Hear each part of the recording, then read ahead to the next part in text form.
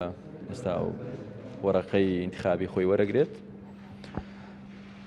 ڕۆژان پێشترش باسم کرد سەرۆک بارزانانی لە ماوەی ڕابردوو لە کاتی حملەی انتخابی پارتی یەک خۆی ینی خۆی زۆر بەگەرم و گوڕی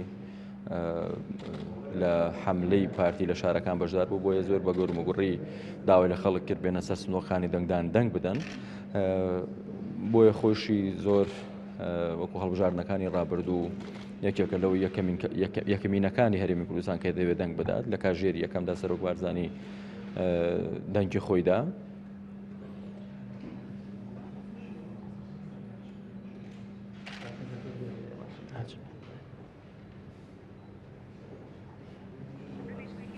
یەکێک با بڵێن ئەوەی سێ کە دەیبێنن سەرۆک بارزانانی دەنگی خۆی دەدات. وەکوتم هەموو ساڵێک لێرە لە بنکەیە کە بنکەیەکی ئاساییە لە سەری بڵند لە پیرمام دەنگی خۆیەدا. سەرۆک بارزانانی لە کاتی بانگەشەی هەڵبژاردن